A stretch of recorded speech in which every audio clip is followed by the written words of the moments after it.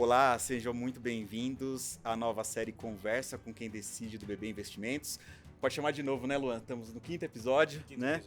Aqui a gente conversa com os principais executivos das empresas brasileiras e fala um pouco sobre desafios, oportunidades aqui e no mercado internacional. Eu sou Wesley Bernabé, sou gerente de pesquisa do BBBI e hoje estou com Luan Calimério, que é analista do setor de indústria, transporte e logística, que vai apresentar nossos convidados, né, Luan? É isso aí.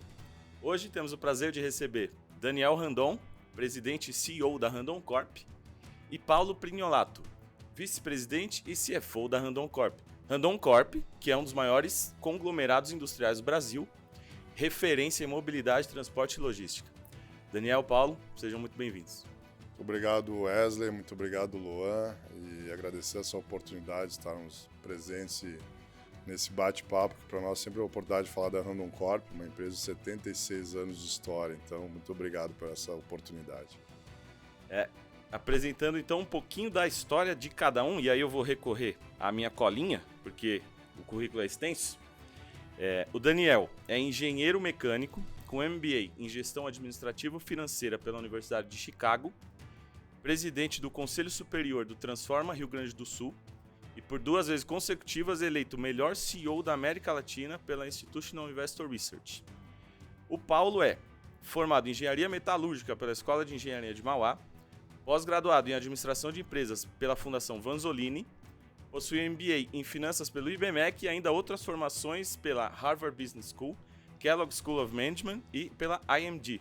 E com uma passagem bastante importante pelo Grupo Votorantim, antes de se juntar à Randon Corp. Perfeito? Muito boa tarde, obrigado pelo convite, Wesley, Luan e Banco do Brasil. É um prazer estar aqui com vocês hoje. Currículos de peso, hein, Wesley? Impressionante. Pessoal, é um privilégio contar com a presença de vocês aqui, muito obrigado.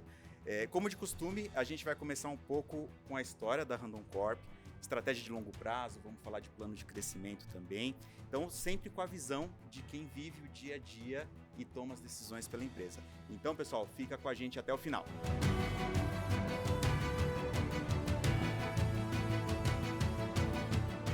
Bom, pessoal, então acho que a gente poderia começar contando um pouquinho da história da Randon Corp. Afinal, são 76 anos de história, né? E uma história que está diretamente ligada à história da indústria brasileira, né? Da indústria automotiva, mais especificamente, e que já passou por altos e baixos, por diversos ciclos econômicos. Daniel, se você puder contar um pouquinho para a gente dessa trajetória até aqui. Não, Luan, então a história é fenomenal porque, primeiro, foi fundada por 2 irmãos, meu pai e meu tio, Raul e Ercílio Randon, e em Caxias do Sul, em 1949. Então, na época, era uma pequena reparadora de freios, como ali é uma área com bastante montanhas e aclive, o principal transporte era de madeira, e os principais caminhões usavam freio hidráulico. A Randon Corp começou, na época, a produzir e adaptar o freio a ar. O freio a ar ele é diferente do hidráulico, porque o hidráulico contém um vazamento, acabava muitas vezes perdendo o freio e tendo os acidentes, e muitos até fatais. Então, o freio a ar já é um freio com sistema com pressão e com uma mola que, quando existe esse vazamento do ar ou perda da pressão, ela expande travando as rodas, né? Então, já a questão de segurança começou a partir daí e já olhando com inovação e com tecnologia. E a partir disso começou a fazer o reparo de semi-reboques, produzir semi-reboques, até hoje nós sermos líderes em semi-reboques e autopeças na América Latina. Eu acho que uma das fases mais importantes da história foi a década de 70, quando meu pai teve a oportunidade de uma viagem para a Europa e quando voltou, conversou com o meu tio dizendo: escuta, nós precisamos abrir o capital da empresa, trazer investimento para dentro, para comprar uma nova área e para produzir 1.000 semi-reboques por mês. Esse era o sonho dele. E na época a Randon produzia 800 semi-reboques por ano. Então, o pai sempre muito audacioso, com uma visão de empreendedor olhando longo prazo. E a década de 70 foi um período também de crescimento, que o Brasil teve uma expansão enorme na questão da infraestrutura, né? Então, nesse momento, o semi-reboque teve uma demanda. Então, isso demorou algumas décadas, mas logo depois atingimos 1.000 semi-reboques por mês, lá pelo ano 2000. Mas o mais importante destacar que era uma pessoa sempre muito visionária e que levou a Randon Corp na sua história, e a gente mantém ainda hoje os princípios e valores dos fundadores, que é a diferencial nosso para que possamos continuar com a nossa liderança e sempre trazendo soluções para o transporte. Né? Legal.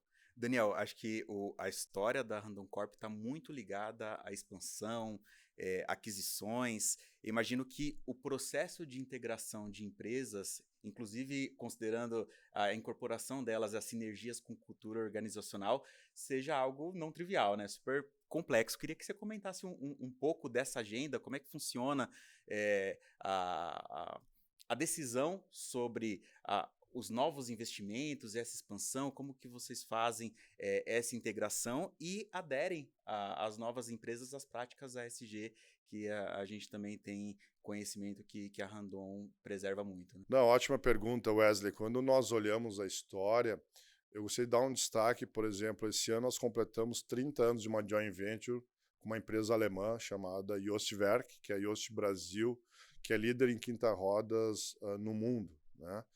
E ano que vem nós completaremos 40 anos de uma joint venture com os americanos da Meritor, hoje Cummins, que foi recém-adquirido. Então mostra que saber trabalhar com culturas diferentes, com uma governança, vem de décadas. Então quando nós temos o orgulho de poder comentar essa nossa história. E a questão de ESG, ela também segue a mesma linha. Não existe algo de governança que se faça do dia para a noite, sim.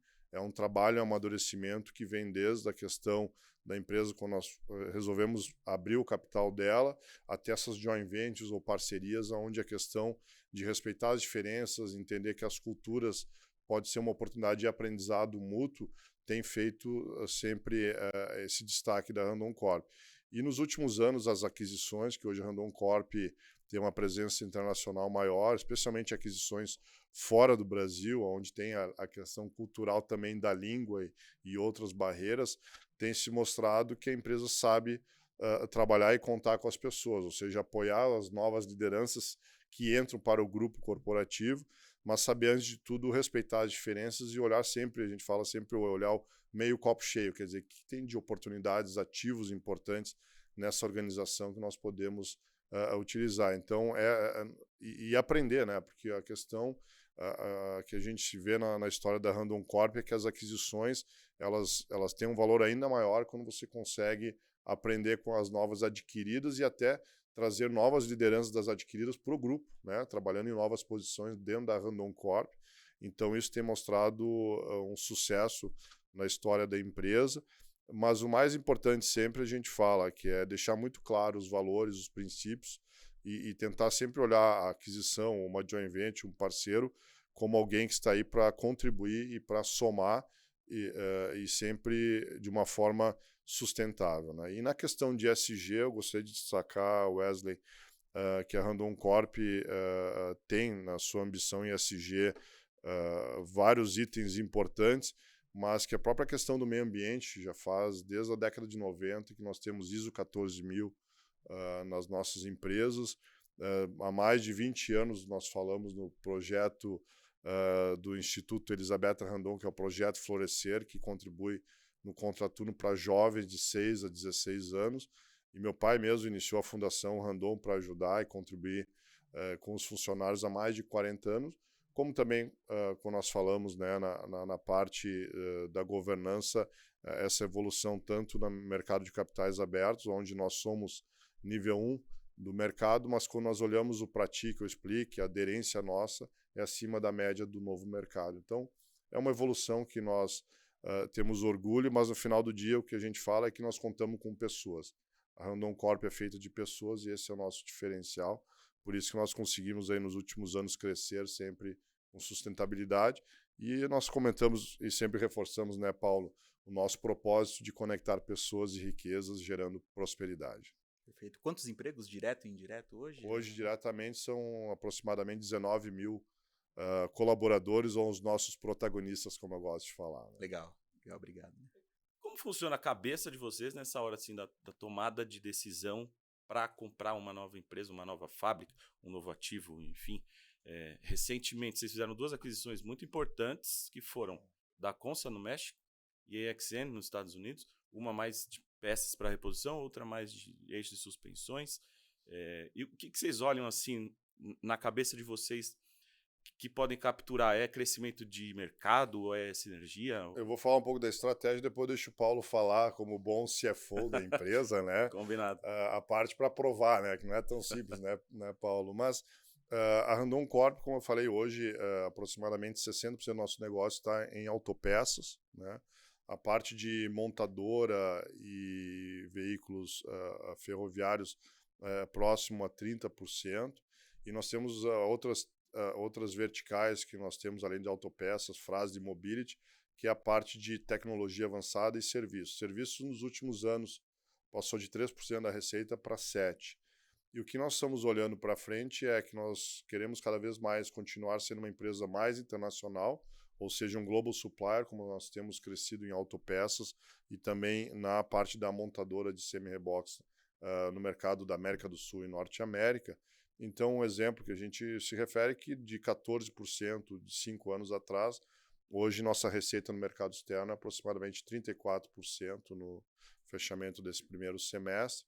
E quando nós olhamos também a nossa exposição ao mercado de reposição, mais de 45% está nesse mercado de reposição, que é o mercado mais resiliente. Então, quando a gente fala para os nossos investidores, acionistas, a importância de ter uma maior resiliência, não somente no mercado internacional, mas também no mercado doméstico. Então, a empresa tem crescido nisso. E nos últimos anos, a recente aquisição principal foi a da Consa no México, que é uma empresa que 90% da sua receita está no México, praticamente quase 100% mercado de reposição, e com uma exposição pequena ainda, ou seja, 5% para os Estados Unidos e 5% para a América do Sul, mas com muitas oportunidades ainda de crescimento. E assim a gente busca também incrementar o portfólio de negócios na parte de reposição, sendo que a gente chama do grande powerhouse na questão de entregar esses produtos para os clientes, não somente no Brasil, mas no mundo.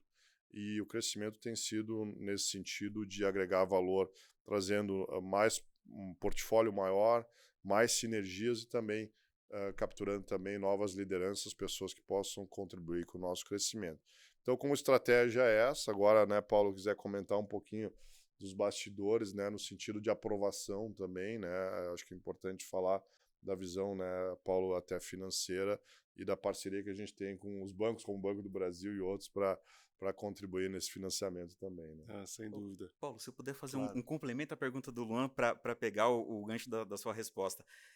Randon está presente em mais de 125 países, então seria interessante também se você abordasse como está a estrutura da empresa hoje, né, que são muitas verticais. Né? Sem dúvida. O primeiro passo é definir a estratégia de cada uma das verticais e a convergência para a estratégia corporativa. Então, essa seria a primeira chave para a alocação dos investimentos. Com base nisso, a alocação de capital ela é muito fundamentada por uma priorização. Primeiro, se esse financiamento, se esse investimento está diretamente relacionado à estratégia, e, além disso, pelas métricas financeiras. Então, nós temos uma governança bem robusta para a aprovação dos investimentos. Isso é analisado pela área financeira, um a um. Após isso, elas seguem para o comitê executivo, onde eu e o Daniel fazemos parte. E dependendo do montante do investimento, principalmente quando a gente fala de investimentos inorgânicos, isso também requer a aprovação dos respectivos conselhos de administração. E sempre lembrando que a gente é normal, as empresas muitas vezes têm mais projetos do que aquilo que elas conseguem fazer, né? Então, como eu comentei, é uma sequência de priorização, sem dúvida alguma, olhando a estrutura de capital da companhia. Então, a gente define um limite para a nossa alavancagem e então vamos fazer os investimentos que cabem dentro desse limite. Né? E aí, ou seja, distribuir os demais ao longo dos próximos anos. E como que está a estrutura de capital hoje? Como que essa sequência de crescimento, aquisições refletiu na estrutura de capital? E como que vocês estão olhando para frente? Assim, quer dizer, ainda tem oportunidade no radar? Tem espaço para mais aquisições? Ou talvez agora seja um momento de capturar aquilo que tem para gerar de valor? Perfeito. Nós, de fato, fizemos aquisições importantes, se formos analisar os últimos 12 meses, mas tudo isso foi devidamente planejado. porque o nosso objetivo era, de fato, crescer em reposição e crescer receitas no exterior. Então, saímos em torno de 20%. Esse ano estamos em torno aí de 35% das nossas receitas do exterior, com o objetivo de nos tornarmos mais resilientes. Então, por conta disso, nós tivemos uma aprovação prévia do nosso Conselho de Administração para aumentar a nossa alavancagem financeira. Historicamente, ao longo dos últimos anos, a gente sempre vinha trabalhando com uma alavancagem financeira bastante baixa, entre 1 a 2 vezes EBITDA, né? Esse ano essa alavancagem cresceu, então o momento agora é absorver essas empresas adquiridas, capturar sinergias e justamente pensar num novo ciclo de investimentos quando essa nossa alavancagem estiver de volta nesse intervalo de 1 a 2 vezes EBITDA. Perfeito, perfeito. Amadureceu os projetos. E vocês dois falaram uma coisa muito interessante sobre a resiliência do segmento de reposição. Que característica que tem esse segmento que traz essa resiliência para o negócio? Primeiro, é um mercado diferente do setor automotivo, que acaba, muitas vezes, veículos comerciais ou semi-reboques, acaba tendo uma volatilidade maior, né? Então, e até é interessante que, em momentos que o mercado de semi-reboques ou caminhões tem uma demanda menor ou uma queda desse mercado, muitas vezes o frotista, o caminhoneiro, deixa de comprar o seu caminhão novo, mas acaba tendo que reparar, né? Fazer os reparos de peças de reposição. Então, sempre é um mercado que, historicamente, sempre tem um crescimento, e mesmo nas épocas de crise, se tem uma queda, ela é muito pequena ou quase zero, por causa desses momentos. Então, ele é um mercado que sempre tem uma demanda. Então, exemplo de material de fricção, né? O freio, né? Depende como o veículo anda, tu acaba tendo que trocar às vezes uma vez por ano ou a cada 2 anos. Então, isso mostra que são produtos que tu tem uma demanda sempre grande, independentemente do mercado de consumo. Então, a gente vê isso um mercado mais estável, e nós temos sempre crescido nesse mercado com grandes parceiros nos canais, tanto das OES, que a gente chama dentro das montadoras, como também no canal independente, que é muito grande e muito forte também no Brasil e no exterior. Então, é um segmento diferenciado nesse sentido, de dar maior resiliência e menos volatilidade nas receitas, né? E são muitos anos na estrada, né, Daniel? Então, eu acho que o Luan comentou isso um pouquinho no começo, vocês passaram um pouco na fala de vocês, né? São vários ciclos. E o ciclo atual, a gente acompanha empresas de diversos setores e a gente sabe que, principalmente no Brasil, muitas compartilham da mesma visão, né? A taxa de juros mais elevada que pressiona margens, mais recentemente as questões tarifárias, que dão um desafio adicional para quem tem uma exposição na pauta exportadora. Então, eu queria saber de vocês, o que vocês entendem como mais desafiador nesse momento para a Randon Corp e quais seriam iniciativas ou cenários que destravariam valor no curto prazo, curto e médio prazo? A gente tem uma pauta sempre olhando muito mais o longo prazo, né? E primeiro, assim, vamos falar de Brasil. O Brasil é um país que o agro, para nós, afeta diretamente e positivamente, né? E a visão, independentemente de agora dos juros mais altos, que acabam dando uma certa volatilidade no mercado, ou um momento que os investimentos são reduzidos na cadeia como um todo, mas no momento que o cenário mostrar juros menores ou em queda, ele é um mercado que existe uma demanda. Então, no curto prazo, a gente sabe que o momento é difícil, mas assim, o que a gente tem trabalhado muito na história dos últimos anos, nós podemos falar, além das aquisições, são investimentos muito em tecnologia e inovação. Então, nós temos hoje o Instituto Hercílio Randon, que é um Instituto de Ciência e Tecnologia, onde, o exemplo, nós investimos fortemente aí com aproximadamente 100 pessoas diretamente e mais outras 200 pessoas entre parceiros, professores, universidades. E nos últimos anos nós requerimos 140 patentes em 2 anos no NPI, ficando praticamente em terceiro lugar das empresas privadas do Brasil. E nesses projetos nós temos exemplo como materiais compósitos, são materiais mais leves que acabam podendo substituir ou tendo mais um peso menor no nosso produto, e isso faz com que a gente tenha um valor agregado maior. Também o eixo ESIS, que é um eixo regenerativo, que tem a questão da bateria, tem um motor elétrico, e ali você consegue reduzir até 25% do consumo de combustível, além de ganhar também tempo, né, na rota com esse produto. Então são tecnologias novas que, até o exemplo com a parceria com a Volkswagen, no ano passado nós lançamos o primeiro caminhão híbrido da América Latina com o nosso ESIS, que é esse sistema. Então mostra essa oportunidade de reduções das emissões, da pegada de carbono, numa visão bem clara de valor agregado, porque já tem clientes na ponta que exigem que seus frotistas tenham a descarbonização. E aí nós estamos oferecendo novas soluções, que são soluções no curto prazo. Nós temos clientes e parceiros, mas cada vez terá uma demanda maior no médio e longo prazo. E exemplo da Naiwan, que é a nossa empresa de transformar micro-nióbio em nanotecnologia, onde nós conseguimos hoje, desde tintas a cosméticos até a área de fundidos, aço, resina, com essa nanotecnologia agregar valor. Exemplo da tinta, nós conseguimos com parceiros na área de tintas trazer uma tinta com 3 vezes maior proteção à corrosão e com temperaturas menores na questão da cura da tinta, ou seja, você ali está reduzindo a energia para produzir uma tinta com mais segurança.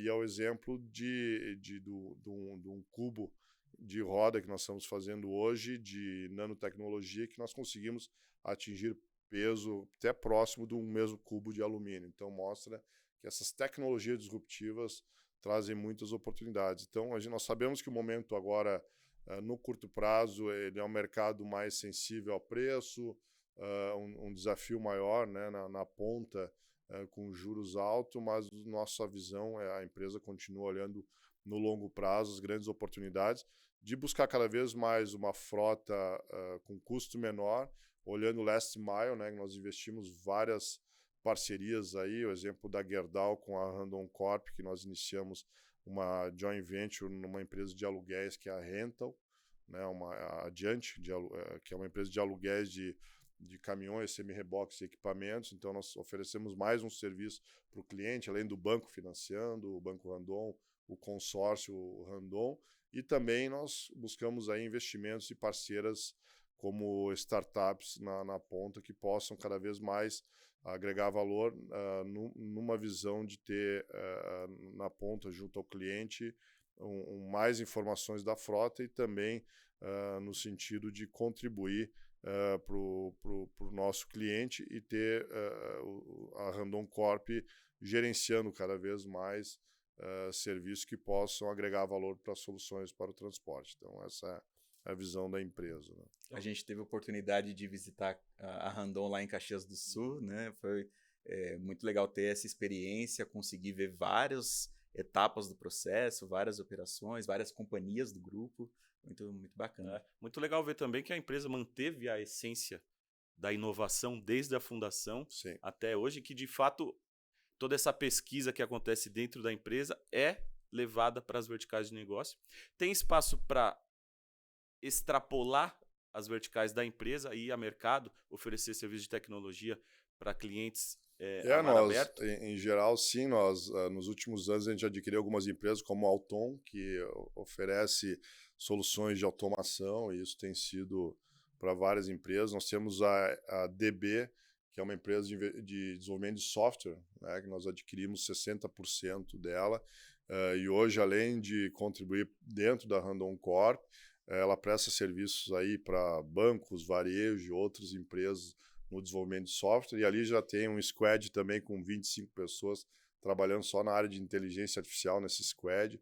Então, nós continuamos investindo em empresas que possam contribuir para agregar mais tecnologia e valor aos produtos e serviços da Randon Corp, mas, ao mesmo tempo, acabam prestando serviços para terceiros. O exemplo que nós temos é a Randon Consórcio, que hoje é a nossa linha da Hands. Começou com o consórcio Randon, né, financiando os semi-reboques, mas hoje nós já temos a Racon, que são franquias de consórcio, tanto para móveis, automóveis, e até uma linha que a gente chama do consórcio Prime, até exemplo da DAF, que é o consórcio DAF, consórcio John Deere, onde nós damos todo o apoio e trabalhamos toda a parte do consórcio dessas empresas. Tem uma avenida de crescimento aí. Sempre a gente tem olhado os negócios da Randon Corp como um portfólio de negócio, mas muito conectado às soluções para o transporte, de alguma forma ou de outra, mas acabam surgindo oportunidades na ponta de ter outros serviços, né? E é o exemplo interessante, né, da nanotecnologia. Quando eu falo de cosméticos, isso começou porque as pessoas estavam preocupadas, olhando, puxa, o que a gente pode fazer, sabendo das propriedades do nióbio, buscando um creme para fazer uma proteção aos raios de solda, né, uma maneira de proteger. E ali a gente trabalhou com uma startup nessa visão e disse, pô, mas não é soluções para o transporte, mas é para a segurança das pessoas. Então a gente viu alguma oportunidade e hoje nós temos uma NDA com uma empresa global que nós estamos trabalhando para ver se conseguimos algo a mais no desenvolvimento dessa nanotecnologia num cosmético. Então, lógico que nós não vamos produzir cosmético, mas sem dúvida tem parceiros, tem oportunidades. E essa visão que nós temos trabalhado desde 2018, 2019, quando nós começamos a nos conectar muito ao mundo da transformação digital, das startups. Então, das startups é um exemplo, nós temos mais de 80 startups conectadas ajudando em alguns serviços.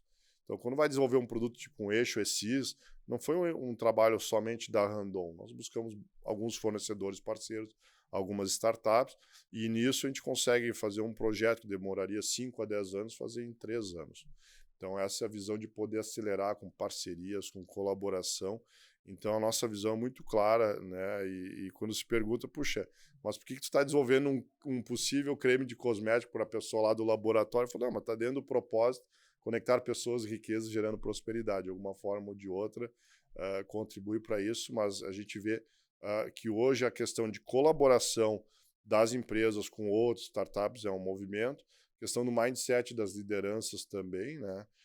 De mudar o mindset, ver que nós podemos fazer mais com menos, saber delegar também. Como terceiro ponto, os nossos protagonistas são os colaboradores, quer dizer, onde você trabalha e dá todo o empoderamento para as pessoas dentro do propósito, da estratégia da empresa, de poder contribuir nesses projetos. Muito legal, até para o nosso investidor ver a amplitude de negócios nos quais a Randon está envolvida, né? E como isso robustece os resultados. E é interessante que a gente está comentando aqui bastante sobre inovação, novas tecnologias, com o líder de uma empresa que está há muito tempo na Bolsa, acessa o mercado de capitais já com bastante frequência. Eu queria voltar um pouquinho para as questões de mercado de capitais, pessoal. A gente viu que recentemente vocês fizeram um aumento de capital, cerca de 150 milhões. Na Fras-le, que é uma empresa do grupo, foi realizado um follow-on também no meio do ano, cerca de 400 milhões. Queria entender, talvez com o Paulo ou com você, Daniel, a estratégia por trás dessas operações e o que tem por vir. Deixar para o Paulo responder e qualquer coisa eu complemento, né, Paulo? Se precisar. Tá bem. Primeiro, falando do aumento de capital privado, né, ele está diretamente relacionado àquilo que a gente fez na Fras-le, né? Então, a gente tinha um objetivo de destravar valor adicional na Fras-le, né? E para isso nós precisaríamos fazer um follow-on de tal modo que alguns acionistas atuais da Fras-le, como por exemplo a Randon e a própria família, fossem diluídos, né? Justamente para que a gente conseguisse trazer novos investidores, né? E aumentar a liquidez da ação para destravar ainda mais valor. Então, a Fras-le é um baita de um case, ela acaba não sofrendo com relação a capital goods, ela está mais para um consumer goods, né? Mercado de reposição, basicamente isso. E havia o compromisso do acionista controlador, que é a Dramid, com os recursos dessa secundária do follow-on da Fras-le, fazer o aumento de capital privado na Randon. Falando sobre o aumento de capital privado, ele foi concluído. A gente vinha sendo desafiado como companhia a eventualmente fazer novos programas de recompra de ações em função de a ação estar bastante depreciada. Porém, no ano passado, a gente acabou, como eu comentei, priorizando a alocação de capital nos projetos de M&A. Mas a família Randon viu isso como uma oportunidade, né? E reforçou o seu compromisso com o negócio, pelo fato de as ações da Randon não representarem o seu valor real. Então, basicamente, as duas operações estavam conectadas e elas, como companhias, né, visavam aproveitar essa oportunidade para melhorar as suas estruturas de capital. Ah, legal. Pegando esse gancho, a gente tem no BB uma base de clientes investidores bastante grande e que gosta bastante da tese de investimento, de dividendos. Então, como que é a cabeça de vocês para fazer essa gestão? Quer dizer, ao mesmo tempo, projetos de crescimento, ou seja, retenção de lucros para investimento, e do outro lado da balança, distribuição para o acionista, né? Como fechar essa conta? Perfeito. A gente, na Randon, por exemplo, nós temos no nosso estatuto um dividendo mínimo de 30% sobre o lucro. Né? Ao longo dos últimos anos, nós temos ficado entre 30% a 35%, de tal modo que a gente consiga conciliar recursos para os acionistas, porém mantendo uma boa estrutura de capital com capacidade para manter os investimentos. E o mesmo tem ocorrido com a Fras-le também, percentuais bem próximos de dividendos em relação a esses que eu comentei para a Randon Corp. Perfeito. A gente está conversando aqui, pessoal, já estamos perto do encerramento. Então, Luan, vou passar a palavra para você. Eu gostaria de pedir, então, que vocês deixassem uma mensagem para os nossos investidores, onde eles podem conhecer mais a Randon, por que eles devem investir, então, na Randon, quais as vantagens, etc. Eu gostaria de deixar uma mensagem. Meu pai sempre falava para nós que duas coisas o mundo vai sempre, nunca vai acabar, vai continuar sempre crescendo, que é a parte de alimentos e transporte, né? Então, o nosso negócio ele está cada vez mais diversificado, mas ainda a nossa dependência do agronegócio é muito grande. Então, nós acreditamos muito no Brasil dos próximos anos, mesmo momentos difíceis de juros ou de inflação maior, mas nós sabemos que as oportunidades de negócio que a empresa tem no agro são enormes e acaba afetando positivamente, diretamente a Randon Corp, né, tanto o setor de semi-reboques como autopeças. E eu acho que o mais importante, né, nós continuamos investindo em tecnologias disruptivas, acreditamos muito, nós temos a nossa visão, ambição ESG muito forte e de chegar até 2030 reduzindo em 40% das emissões de gás com efeito estufa. Praticamente já atingimos 50% dessa meta com tecnologias e com paybacks bem interessantes. Então, estamos muito cientes e tranquilos de mostrar que a Randon Corp, dentro do seu propósito, seus princípios, vai continuar crescendo com sustentabilidade. A gente sente o momento do Brasil e o mercado de ações tem sofrido um pouco mais no nosso setor, mas olhando no médio e longo prazo, a empresa continua investindo em novas tecnologias e vai continuar crescendo dentro do propósito e principalmente buscando cada vez mais estar perto dos nossos clientes e todos os stakeholders para que gere valor e continue crescendo sempre com sustentabilidade. Bem, nós podemos continuar nos comprometendo de forma contínua a manter a nossa disciplina financeira, né? As nossas pautas e metas da agenda ESG, isso é um tema genuíno, faz parte da nossa história. E como o Daniel Randon comentou, a criação de valor para os nossos acionistas, ela se dá pela captura das sinergias, isso nós temos um track record muito bom, e pelos investimentos contínuos em inovação que estão dando frutos e vão continuar dando muitos frutos para a empresa e, consequentemente, para os nossos acionistas. Muito legal. Muito obrigado pela presença de vocês. É isso aí, pessoal. Chegamos ao final de mais um episódio do nosso programa. Eu quero agradecer ao Daniel e ao Paulo pelo tempo e por compartilhar a visão de vocês hoje aqui conosco. Ajuda bastante todos os nossos investidores a conhecerem a Randon Corp, estratégias e ambições de longo prazo. Espero que vocês tenham gostado. Se você gostou desse episódio, não esqueça de se inscrever no nosso canal aqui no YouTube e acompanhar a playlist Conversa com Quem Decide. Assim você fica por dentro de todos os nossos conteúdos. E também não deixe de seguir a nossa página do BBBI no LinkedIn, que lá você acompanha sempre os nossos conteúdos em primeira mão. É isso aí, até mais, pessoal!